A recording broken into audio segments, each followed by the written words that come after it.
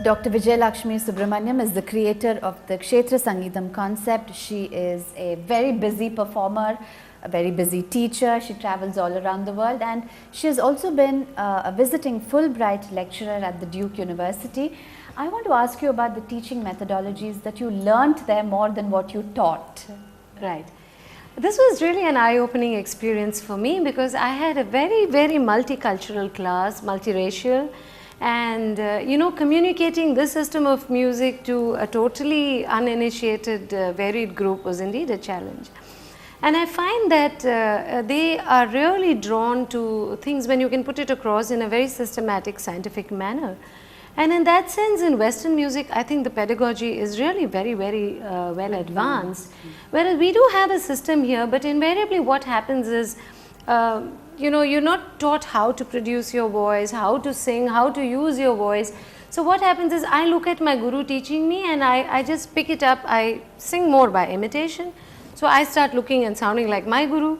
My students will start looking and sounding like me, and so on, Which is not such a bad thing if the guru is good. We don't mind clones of good gurus. No, but to take your point forward. Right. Yeah. So that way it's very interesting the way you have to put it across, and also they like to have a background understanding of how a system works, what are the historical, social factors that go into it.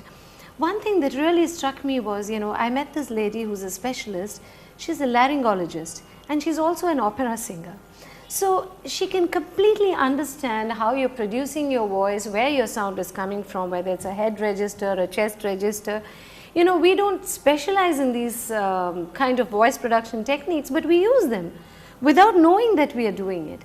And very often, you have a problem like you have sports medicine specialists. So this lady is a specialist who can deal with a vocalist. So I said, my God, we need a person like this in Chennai, where we have so many musicians and we just sing by instinct or by whatever we can make out from the way we are singing. So these kind of things are really eye-opening, and you wish we could have such. So I'd like to connect this point to my next question, because one of the papers that you presented in Cambridge was new directions in music studies, but you talked specifically about the importance of music in today's culture. But I'd like to talk about new directions in music studies, and whether what you just said earlier about systems and methodologies, whether that's something that you will take forward. What are your plans? We have this habit of saying that, oh, Carnatic music is the best. Now this is like saying, oh, I'm the best cook in the world. I mean, it's people who taste my food who should compliment me on that, right? So if you want to tell the world that Carnatic music is this amazing scientific aesthetic system, you have to present it in a manner that they can understand, and it's for them to come and say, oh my God, this is an amazing system. So it is really my desire to do that. So whenever I get an opportunity to travel abroad and interact with other nationalities, communities, this is what I try to put across. Because your PhD thesis is on Tamil composers, right? In the 20th century. Yes. That seems like a very broad topic, so can you sort of narrow it down and make it more specific for us? Right. Well, the thesis itself is quite specific, though the topic is covering a very wide range of one whole century. But the idea was not to look at individual composers, but to look at Tamil as a medium for classical music, whether in a whole century there has been any cognitive change, and why this has happened. How was it in the previous century? How has it changed? Do we see any trends which can mark this period of time, and what have the factors influencing it have been? So some of the very prominent composers like Papanasham Shivam or Koteshwar Iyer have already been studied individually, but my point was to study it as language, as an aid to classical music. What has been the motivation? Have we had more number of composers? What are the kind of compositions? What are the factors, the specializations, the sophistications that have come in? So it's a very wide-ranging study. So your work, Apurva Kriti Manjari, it says part 1. Does it mean you're working on part 2 now? Yes. Yeah. In fact, my idea in naming that as book 1 was to make sure that I come out with subsequent volumes. So what does the first part contain? The first one is a compilation of 20 rare kritis of the Trinity, and these have notations in English and Tamil, which have been done by my uncle, who's a musicologist, S. Balachandar. And I have learned and sung these compositions in 2 CDs, which are appended with the book. My book too will focus on Tamil compositions.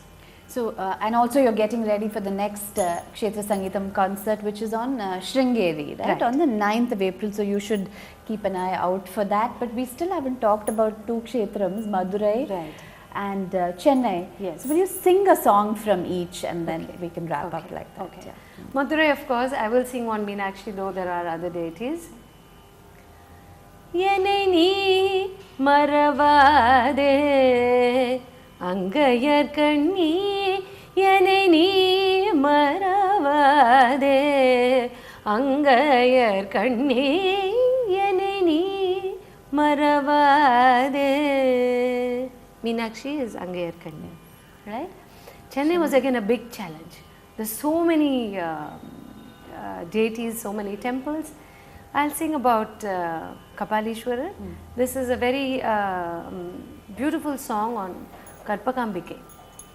Kalpakamata kanindarultata Kalpakamata kanindarultata Kalpakamata.